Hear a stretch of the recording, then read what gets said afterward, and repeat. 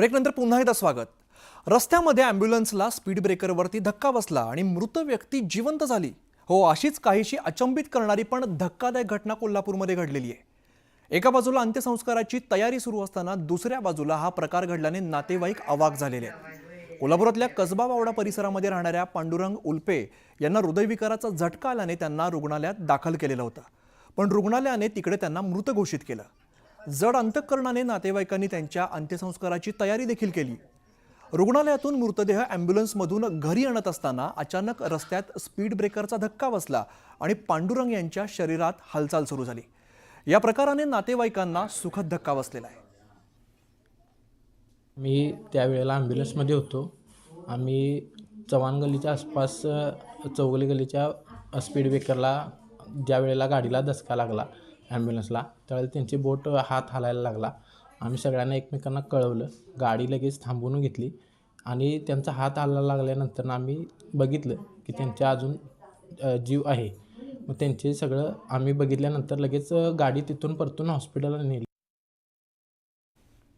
तर महाराष्ट्राची खबर बातमध्ये आपण महाराष्ट्रात घडलेल्या सगळ्या महत्त्वाच्या घडामोडींचा आढावा घेतलेला आहे। यामध्ये अनेक राजकीय घडामोडी सुद्धा होत्या। तसंच संतोष देशमुख हत्या प्रकरणातून अनेक महत्त्वाचे घडामोडी आपल्याला घडताना दिसत आहेत। तसंच लाडक्या बहिणींसाठी सुद्धा काही महत्त्वाच्या बातम्या आपण बघितलेल्या आहेत। इथून पुढच्या बुलेटिनमध्ये आपल्याला या सगळ्या बातम्यांचा वेगवान स्वरूपातला आढावा घ्यायचा आहे। अगदी आपल्या गल्लीपासून ते दिल्लीपर्यंत नेमकं काय घडतंय या सगळ्या बातम्या आपण वेगवान स्वरूपात बघणार आहोत। त्यापूर्वी बघूया महत्त्वाच्या बातम्या।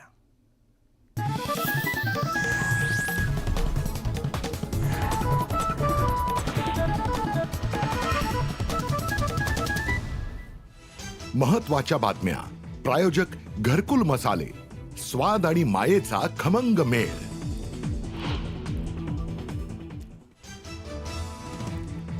वाल्मी कराडकडून सुविधांसह यंत्रणेचा गैरवापर, धनंजय देशमुखांचा आरोप, पोलीस अधीक्षकांकडे तक्रार।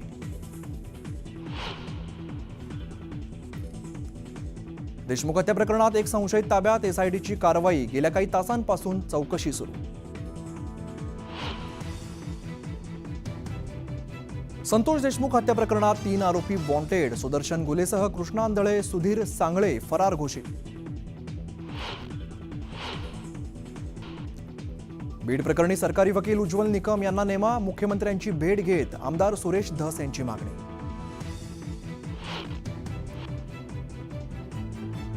बीड हत्या प्रकरणात माझा संबंधच नाही, धनंजय मुंडेंनी आरोप फेटाळले, तर आरोपींना शिक्षा मिळावी यासाठी प्रयत्न सुरू, मुंडेंचं विधान।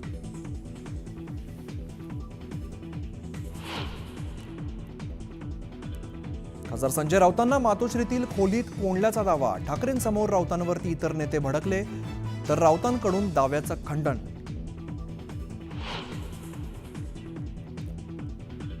लाडकी बहीण लाभार्थ्यांची फेरतपासणी होणार, तर शासन निर्णयात बदल नाही, फक्त पडताळणी करणार, मंत्री आदिती तटकरेंचं स्पष्टीकरण।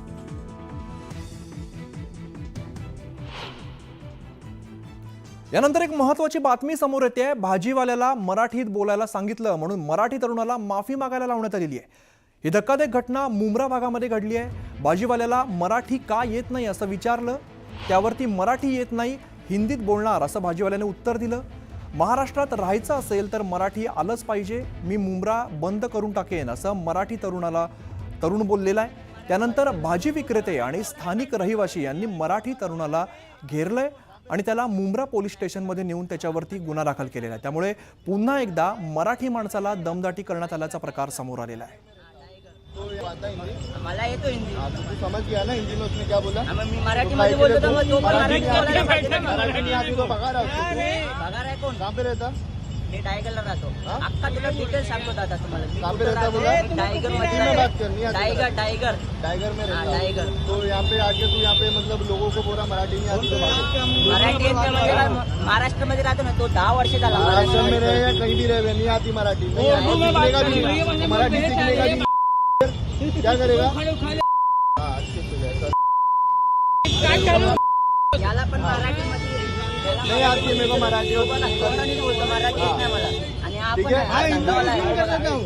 मैं क्या बोल रहा हूँ, तू यहाँ पे ऐसा बातें करके क्या करना चाह रहा है? हाँ? ये इसको पकड़ के रख 100 नंबर पे फोन लगा जरा लगा फोन 100 नंबर पे नहीं जान दे भाई ओ सोनू भाई रुको इसको जाने ने क्या बोला मालूम क्या अभी इसने क्या बोला मालूम क्या आता हिंदी मला येतो हिंदी हाँ, तो तू समझ गया ना हिंदी में उसने क्या बोला मी मराठीमध्ये बोलतो तर मग तो पण मराठी मराठी नहीं आती तो भगा रहा उसको पगार आहे कोण कहाँ पे रहता मी टायगरला राहतो हा? अक्का तुला डिटेल सांगतो दादा तुम्हाला मी कहाँ पे कुठं रहता बोला? राहतो? टायगर हिंदी में बात करनी है टायगर टायगर टाइगर में हाँ, रहता टाइगर। तो यहाँ पे आके तू यहाँ पे मतलब लोगों को बोला मराठी नहीं आती तो भागे। मराठी येते म्हणजे काय? महाराष्ट्र तर अधिक माहिती देत आहेत अजित मांढरे. अजित, भाजीवाल्याला मराठीत बोलायला सांगितलं म्हणून मराठी तरुणाला माफी मागायला लावलेली आहे. पुन्हा एकदा मराठी आणि अमराठी हे आपल्याला बघायला मिळत आहे. व्हिडिओ आपण नीट पाहिला असेल, नीट ऐकला असेल तर त्यामध्ये स्पष्टपणे तो तरुण जो आहे तो त्या घोळक्याला सांगतोय की तुम्हाला महाराष्ट्रात राहायचंय, 10 वर्ष राहताय तुम्हाला मराठी का येत नाही. यावरून हा वाद निर्माण झाला आणि शेवटी त्या मराठी तरुणाला कान पकडून माफी मागायला लावली आणि ती हिंदीमध्ये माफी मागायला लावली. एवढंच काय तर त्या जमावाने त्या तरुणाला पोलीस स्टेशन नेलं आणि त्याच्यावरतीच गुन्हा दाखल केलेला आहे. ही घटना अशी आहे की साधारणपणे 4 ते 5च्या दरम्यान हा विशाल गवळी नावाचा तरुण जो आहे डायगर राहणारा तो मुंब्रा येथे एका फळ विक्रेता त्याच्याकडे गेला आणि त्याच्याकडे त्याने फळ मागितले.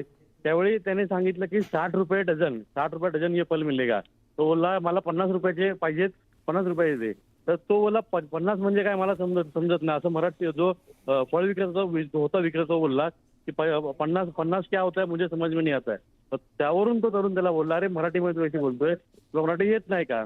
हे बाजूच्या तिथल्या काही जे भाजीवाले होते, फळ विक्रेते होते त्यांनी ऐकलं.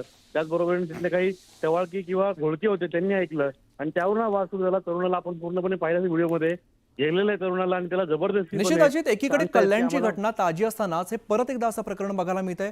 धन्यवाद या सगळ्या सविस्तर माहितीसाठी. तर पुढची महत्त्वाची बातमी बघूया. दौऱ्याच्या वेळेला पोलीस दलाकडून देण्यात येणारी महावंदनेची प्रथा माझ्या दौऱ्यामध्ये बंद ठेवण्यात यावी, मुख्यमंत्री देवेंद्र फडणवीस यांनी आदेश दिलेले आहेत. दौऱ्यात स्वागताला कोणीही पुष्पगुच्छ आणणार नाहीत. मुख्यमंत्र्यांनाच पोलीस वंदना बंद होत असेल तर इतर कोणत्याही मंत्र्यांच्या VVIP थाटाला आपोआपच चाप बसणार आहे. मुख्यमंत्र्यांचे आदेश सर्व विभागीय आयुक्त, जिल्हाधिकारी, पोलीस आयुक्त, SP, महापालिका आयुक्त, जिल्हा परिषद मुख्य कार्यकारी अधिकाऱ्यांना कळवण्यात आलेले आहेत.